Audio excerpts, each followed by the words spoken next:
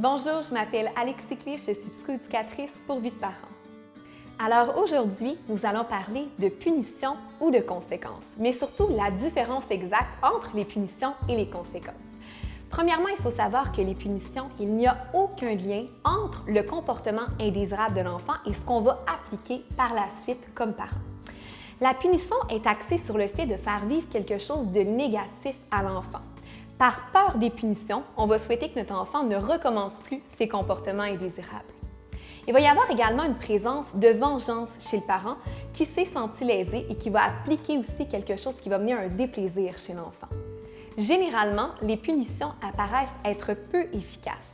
Elles tentent à augmenter les comportements provocateurs chez l'enfant. Elles tentent également à installer un régime de peur au niveau de la cellule familiale, mais plus précisément à appauvrir la relation entre le parent et son enfant. Ainsi, on va dire non à toutes les mesures qui sont illogiques entre le comportement indésirable et ce qu'on va appliquer comme punition. On va dire non également à tout ce qui est appliqué sous le coup de la colère, aux mesures punitives d'ordre physique, aux cris, aux paroles blessantes, humiliantes ou dénigrantes. Les conséquences, de leur côté, ont un lien logique entre le comportement indésirable et ce qu'on va appliquer par la suite.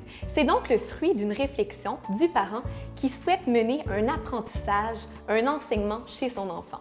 Le parent va donc prioriser la logique, le rationnel, au détriment de l'émotion ou de la réactivité. La conséquence vise donc cet apprentissage et cet enseignement.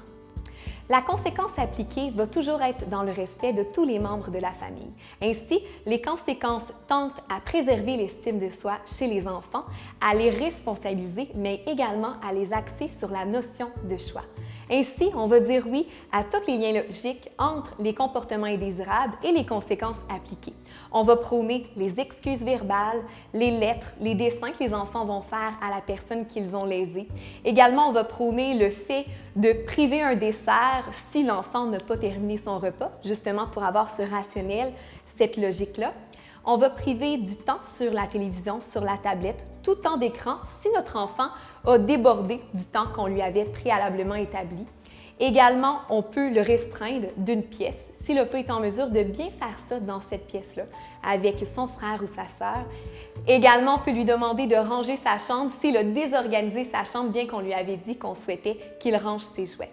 Surtout, on va oser l'originalité, on va se faire confiance en tant que parent.